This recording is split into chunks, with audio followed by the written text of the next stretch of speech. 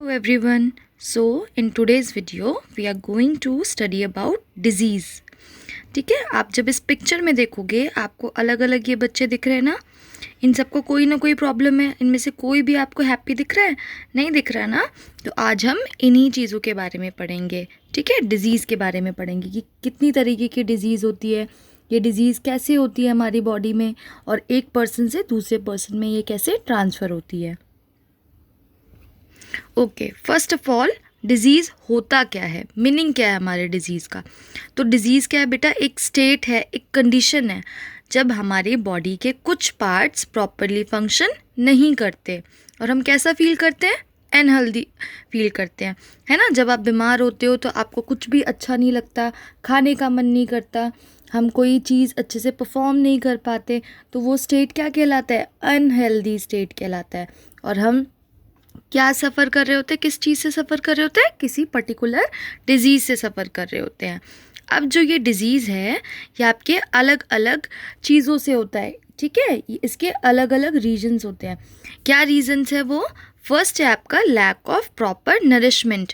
Nourishment क्या होता है बेटा? यानी कि कोई आहार, हमारी बॉडी को 5 वाइटल न्यूट्रिएंट की ज़रूरत होती है ना, प्रोटीन, कार्बोहाइड्रेट्स, विटामिन्स, मिनरल, ये सारी चीज़ें चाहिए ना, फैट चाहिए, इन सब का अपना रोल होता है। तो अगर इनमें से कुछ भी आपके कमी हो गई तो मेरी बॉडी में कोई पर्टिकुलर डिज़ीज़ होने के चांसेस हैं। सेकंड आपका है कि ये जो डिज़ीज़ होते हैं ये किसके थ्रू कॉज होते हैं? आपके जर्म्स के थ्रू। यानी एक पर्सन के बॉडी में अगर कोई जर्म्स है तो वो दूसरे पर्सन के बॉडी में भी जा सकते हैं। जर्म्स क्या होते हैं आपके? वो ऑर्गेनिज्म जो क्या कॉज करते हैं? डिजीज़ कॉज करते हैं। अब इस बच्चे को देखो, ये बीमार है ना, ये अनहेल्दी है, तो ये कुछ कर रहा है, ये बिल्कुल भी हैप्पी नहीं है, है ना। तो जब हम डिज़ीज़, किसी पर्टिकुलर डिज़ीज़ से हम मतलब बीमार होते हैं, उसके कारण बीमार होते हैं, तो हमें अच्छा नहीं लगता, हम कैसा फील करते हैं? अनहेल्दी फील करते हैं। नाउ हमारा अब फर्स्ट टॉपिक है इसमें डिजीज़ में, डेफिशिएंसी डिजीज़। डेफिशिएंसी का मतलब क्या होता है? डेफिशिएंसी का मतलब होता है बच्चे किसी चीज़ की कमी होना। डेफिशिएंसी का मतलब किसी चीज़ का कमी होना। तो डेफिशिएंसी डिजीज़ क्या होगा? Disease cause due to the lack of proper nourishment. जब हमारी बॉडी को प्रॉपर नरिशमेंट नहीं मिलेगी, किसी एक पर्टिकुलर न्यूट्रिएंट की हमारी बॉडी में कमी हो जाएगी, तो हम डेफिशिएंसी डिजीज़ से क्या करेंगे? डेफिशिएंसी डिजीज़ हो जाएगी हमारी बॉडी के अंदर। ठीक है, अब ये जो डिज़ीज़ होता है ये आपके एक पर्सन से दूसरे पर्सन को ट्रांसफ़र नहीं होता, यानी कि ये डिज़ीज़ नहीं फैलती, और हम इनको क्या कहते हैं? हम इनको नॉन कम्युनिकेबल डिज़ीज़ भी कहते हैं। ठीक है ना, आपको ये पिक्चर्स में ये दिख रहा होगा, ये देखो, ये सारे आपके क्या है? ये सारे आपके एग्जाम्पल्स हैं। रिकेट है, गॉइटर है, फिर ये थर्ड वाले क्या है? स्कर्वी है, जिसमें आपके टीथ से क्या होता है? बहुत दर्द होता है, पेन होता है, आपके गम स्वेल कर जाते हैं और उनसे ब्लड निकलता है हमारे गम से। ठीक है, ये सारे आपके डेफिशिएंसी डिजीज़ के एग्जाम्पल हैं, जिनके बारे में अब हम वन बाय वन पढ़ेंगे कि ये डिज़ीज़ किस न्यूट्रिएंट की कमी से हो जाती है और हम इसको ठीक कैसे कर सकते हैं। अब आप देखो यहाँ पे हमारा फर्स्ट डेफिशिएंसी डिजीज़ क्या है बेटा? वो है नाइट ब्लाइंडनेस। और ये किस की कमी से होता है? ये विटामिन ए की कमी से होता है। जब हमारी बॉडी में विटामिन ए की कमी होती है तब ये डिज़ीज़ हमें होता है। और इसमें होता क्या है? इस डिज़ीज़ में जो पेशेंट होता है इस डिज़ीज़ का, उसको डिम लाइट में दिखाई नहीं देता। जहाँ पे रोशनी कम होगी उनको वहाँ पे दिखाई नहीं देगा। अब मैं ये डिज़ीज़ कैसे ठीक कर सकती हूँ? तो मैं अगर ग्रीन लीफी वेजिटेबल खाऊँ, पपाया खाऊँ, कैरेट खाऊँ, मैंगो, तो ये डिज़ीज़ आपके ओवरकम हो सकता है, ठीक हो सकता है। नाउ सेकंड आपका है बेरी बेरी। सेकंड डिजीज़ क्या है आपकी? Beriberi. और ये किसके डेफिशिएंसी की वजह से होता है? विटामिन B1 की डेफिशिएंसी की वजह से होता है। अब इसमें क्या होता है बेटा? तो इसमें आपकी वीकनेस आपको बहुत ज़्यादा आती है, कमज़ोरी आ जाती है, और आपके जो लिम्स होते हैं, फोर लिम्स, हिंड लिम्स, ठीक है, इनमें आपको पेन होने लगता है। नाउ थर्ड है आपका रिकेट्स। रिकेट्स किसकी कमी से होता है बेटा? रिकेट्स आपके विटामिन डी की कमी से होता है। ठीक है, जब आपकी बॉडी में विटामिन डी की कमी होने लगती है तो हम एक डेफिशिएंसी डिजीज़ से मतलब गुजरते हैं, उसको क्या बोलते हैं? रिकेट होते हैं। ठीक है, अब इसमें क्या होता है बेटा, आपके जो बोन्स होते हैं वो बहुत ही सॉफ्ट होने लगते हैं, ठीक है। अभी पीछे हमने पिक्चर देखा था ना एक बच्चे का, कि उसके पैर कैसे है, मुड़े मुड़े से, बेंड से थे ना। क्यों? क्योंकि जो हमारे बोन्स होते हैं जो कि बहुत हार्ड होते हैं, वो इस बीमारी में अपने आप सॉफ्ट होने लगते हैं, ठीक है। और क्या हो जाता है, फ्रैक्चर हो जाता है हमारे बोन्स में, हम प्रॉपरली चल नहीं पाते हैं। अब विटामिन डी मुझे कहाँ से मिलेगा, तो जितने भी मिल्क के प्रोडक्ट्स होते हैं, एग योक होता है, आपका मिल्क है, और सबसे बड़ा सोर्स क्या है विटामिन डी का, आपका सनलाइट, सूरज की रोशनी से भी हमें क्या मिलता है, विटामिन डी। तो अगर मैं ये सारी चीज़ें अपनी डाइट में लूँगी तो मेरा विटामिन डी का डेफिशिएंसी नहीं रहेगा और मुझे ये डिजीज़ भी नहीं होगी। नेक्स्ट है आपका स्कर्वी। स्कर्वी किसके डेफिशिएंसी से होता है, विटामिन सी की कमी से होता है। इसमें क्या होते हैं, आपके जो गम्स होते हैं जिससे आपके टीथ जुड़े हुए हैं वो स्वेल हो जाते हैं, और उनसे क्या निकलता है, ब्लड निकलता है, खून निकलने लगता है आपके गम से। और ये किसकी कमी से होता है, आपके विटामिन सी की कमी से होता है। और इसको कैसे ओवरकम कर सकती हूँ, जितनी भी खट्टी चीज़ें होते हैं, आंवला हो गया, ऑरेंज हो गया, लेमन हो गया, टोमेटो है, ये चीज़ें जब आप अपनी डाइट में लोगे तो आपको स्कर्वी नहीं होगा, ठीक है। नेक्स्ट है आपका गोइटर। गोइटर आपके आयोडीन की कमी से होता है, इसलिए हमेशा बोलते हैं कैसा सॉल्ट खाना चाहिए, आयोडाइज सॉल्ट खाना चाहिए, ठीक है।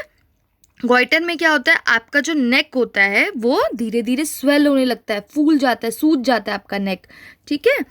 अब देखो, अगर आपका नेक सूज जाएगा आपको कितनी प्रॉब्लम होगी उसको बेंड करने में, है ना। अब देखो इसमें क्या करेंगे, इस डिज़ीज़ को ओवरकम करने के लिए हम सी फूड खाएंगे, या फिर आपका जो सॉल्ट है आयोडाइज सॉल्ट होना चाहिए। अब देखो मैं आपको पिक्चर दिखाती हूँ, ये जो वुमेन है इसका देखो नेक ये स्वेल है ना, ये किससे सफ़र कर रही है, ये गोइटर से सफ़र कर रही है। और ये बेबी, ये जो बच्चा है, ये किससे सफ़र कर रहा है, ये रिकेट से सफ़र कर रहा है। इसके बोन्स देखो इतने सॉफ्ट हो गए हैं कि ये बेंड हो गए हैं, है ना। अब ये जो डिज़ीज़ है ये आपके एक दूसरे में ट्रांसफ़र तो नहीं होती, लेकिन जिस पर्सन को होती है उसको तो नुकसान होता है, उसकी बॉडी में तो पेन होता है, उसकी बॉडी प्रॉपरली फंक्शन नहीं कर पाएगी। अब आपका जो लास्ट है disease, that is your anaemia. Anaemia क्या है, आपकी आयरन की कमी से, जब आपकी बॉडी में आयरन की कमी हो जाएगी तो क्या होगा, हमारी बॉडी में ब्लड की भी कमी हो जाएगी, है ना। अब जब ब्लड ही नहीं बनेगा तो हम कैसा फील करेंगे, हम वीक फील करेंगे, और हमारा जो कॉम्प्लेक्शन है, जो हमारा कलर होता है वो कैसा हो जाएगा, पेल येलोइश कलर में, ठीक है।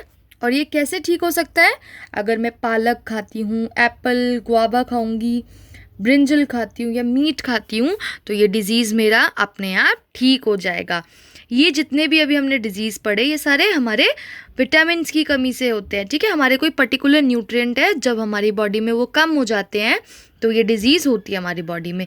तो इन डिज़ीज़ को तो हम ईजिली ओवरकम कर सकते हैं ना, जो भी न्यूट्रिएंट की कमी है उसको अगर मैं अपने डाइट में फॉलो करूँगी, डाइट में इंक्लूड करूँगी, तो जो ये डिज़ीज़ है मेरा, ये अपने आप धीरे धीरे कम होके ख़त्म हो जाएगा, ठीक है।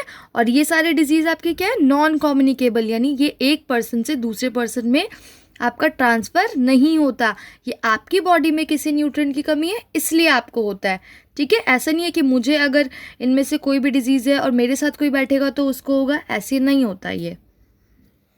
देन आपका आता है कम्युनिकेबल डिजीज़। कम्युनिकेबल मतलब ऐसा डिजीज़ जो एक पर्सन से दूसरे पर्सन में ट्रांसफ़र होता है।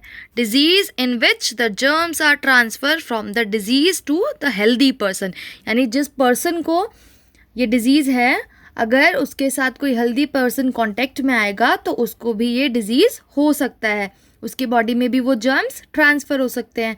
अब ये जर्म्स बैक्टीरिया भी हो सकते हैं, प्रोटोजोआ भी हो सकते हैं, वायरस भी हो सकते हैं। अब देखो ये सारे आपके क्या है, माइक्रो ऑर्गेनिज्म है, तो ये हमें दिखाई भी नहीं देंगे कि ये हमारी बॉडी में कब एंटर हो गए, हमें पता भी नहीं लगेगा।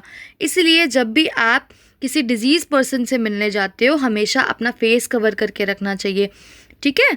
ये जो जर्म्स होते हैं ये आपके कहाँ से एंटर करते हैं बॉडी में, आपके माउथ के थ्रू, आपके नोज़ के थ्रू। अब देखो ये जो पिक्चर है इसमें ये बच्चा क्या है, इस बच्चे की तबीयत ख़राब है ना, और ये क्या है, ये हेल्दी है ये गर्ल, लेकिन ये इसके कांटेक्ट में आ गई तो जो इसकी बॉडी के जर्म्स होंगे वो क्या होंगे, वो इस गर्ल की बॉडी में भी ट्रांसफ़र करेंगे। इसलिए जो भी डिजीज़ पर्सन होते हैं या तो उनको जब भी हम खांसते हैं या छींकते हैं हमेशा अपने मुंह के आगे हमें क्या लगाना चाहिए, आपको रुमाल रखना चाहिए, या फिर आप जब भी किसी ऐसे पर्सन से मिलने जाओ जिसको कम्युनिकेबल डिजीज़ है तो अपने आप को, अपने फेस को कवर करके जाना चाहिए। ठीक है, अब यहाँ पे हमारा एक तो डेफिशिएंसी डिजीज़ का टॉपिक ख़त्म हो गया और कम्युनिकेबल डिजीज़ के बारे में पढ़ा। अब नेक्स्ट वीडियो में, नेक्स्ट क्लास में हम किसके बारे में पढ़ेंगे कि ये कम्युनिकेबल डिजीज़ फैलते कैसे हैं, कैसे ये ट्रांसफ़र होते हैं दूसरे पर्सन की बॉडी में। ठीक है, thank you so much for watching my video. Thank you so much guys.